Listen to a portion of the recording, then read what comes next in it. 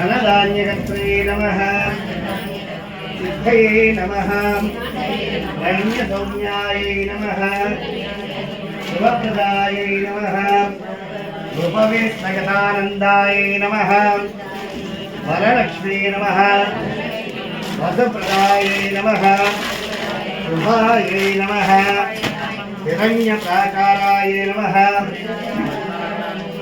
समुद्रतलयाय नमः जयायै नमः मंगलादेव्यै नमः विष्णुवक्षस्थलस्थितायै नमः विष्णुवक्षस्थलस्थितायै नमः विष्णुपत्न्यै नमः प्रसन्नाय नमः नारायणश्रमाश्रितायै नमः